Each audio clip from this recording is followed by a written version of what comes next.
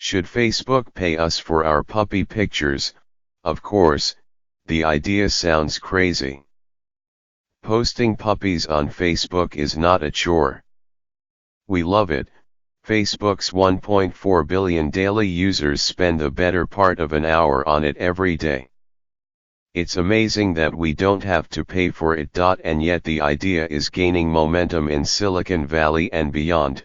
Facebook and the other technological Goliaths offering free online services from which they harvest data from and about their users should pay for every nugget of information they reap. The spring break pictures on Instagram, the YouTube video explaining Minecraft tactics, the internet searches and the Amazon purchases, even your speed following ways on the way to spend Thanksgiving with your in-laws. This data is valuable.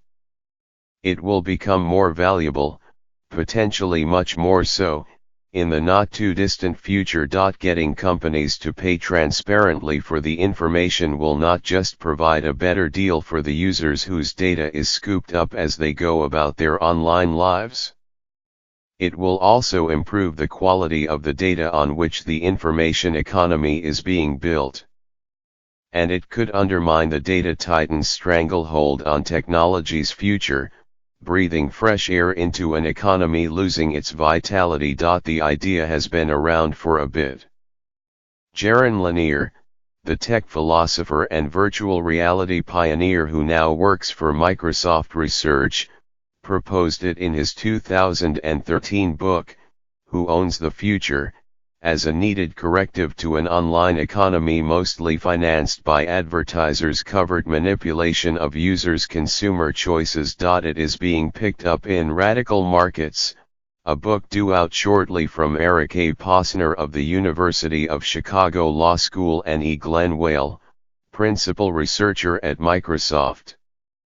And it is playing into European efforts to collect tax revenue from American internet giants. In a report obtained last month by Politico, the European Commission proposes to impose a tax on the revenue of digital companies based on their users' location, on the grounds that a significant part of the value of a business is created where the users are based and data is collected and processed.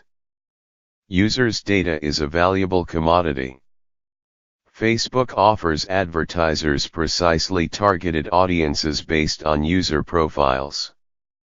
YouTube, too, uses users' preferences to tailor its feed. Still, this pales in comparison with how valuable data is about to become, as the footprint of artificial intelligence extends across the economy. Data is the crucial ingredient of the AI revolution.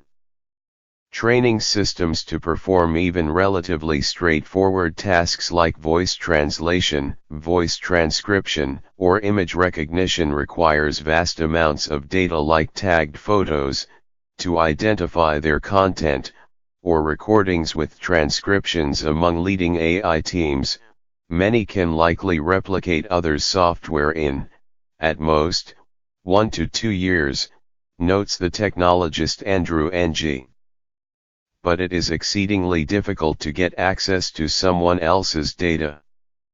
Thus data, rather than software, is the defensible barrier for many businesses. We may think we get a fair deal, offering our data as the price of sharing puppy pictures. By other metrics, we are being victimized.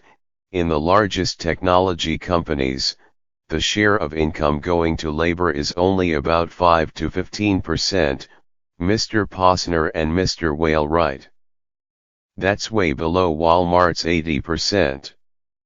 Consumer data amounts to work they get free. If these AI-driven companies represent the future of broader parts of the economy, they argue, without something basic changing in their business model, we may be headed for a world where labor's share falls dramatically from its current roughly 70% to something closer to 20 to 30%. As Mr. Lanier, Mr. Posner, and Mr. Whale point out, it is ironic that humans are providing free data to train the artificial intelligence systems to replace workers across the economy. Commentators from both left and right fret over how ordinary people will put food on the table once robots take all the jobs. Perhaps a universal basic income, funded by taxes, is the answer. How about paying people for the data they produce to train the robots? If AI accounted for 10% of the economy and the big data companies paid 2/3 of their income for data, the same as labor's share of income across the economy, the share of income going to workers would rise drastically. By Mr. Whale and Mr. Posner's reckoning, the median household of 4 would gain $20,000 a year. A critical consideration is that if people were paid for their data, its quality and value would increase. Facebook could directly ask users to tag the puppy pictures to train the machines. It could ask translators to upload their translations. Facebook and Google could demand quality information if the value of the transaction were more transparent. Unwilling to enter in a direct quid pro quo with their users, the data titans must make do with whatever their users submit. The transition would not be painless. We would need to figure out systems to put value on data.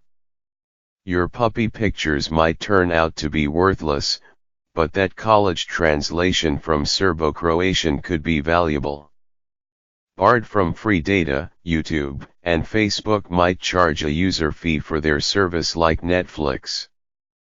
Alternatively, they might make their money from training AI systems and pay some royalty stream to the many people whose data helped train them. But whatever the cost, the transformation seems worthwhile. Notably, it could help resolve one of the most relevant questions coming into focus in this new technological age: who will control the data?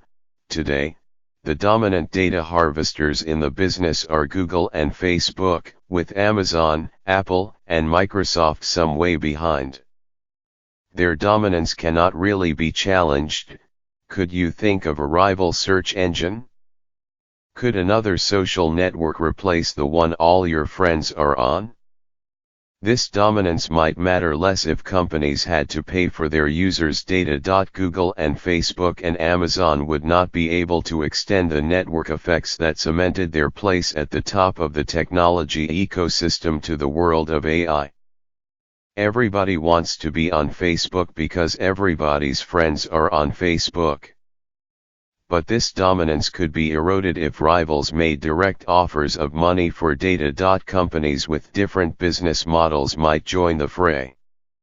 This is an opportunity for other companies to enter and say, "Look, we will pay you for this data," Mr. Posner said.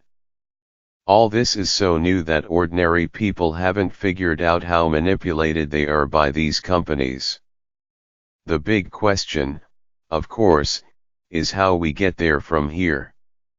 My guess is that it would be naive to expect Google and Facebook to start paying for user data of their own accord, even if that improved the quality of the information.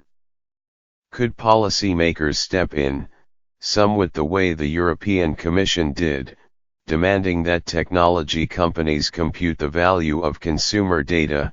In any event, there is probably a better deal out there, in your future, than giving Facebook free puppy pictures.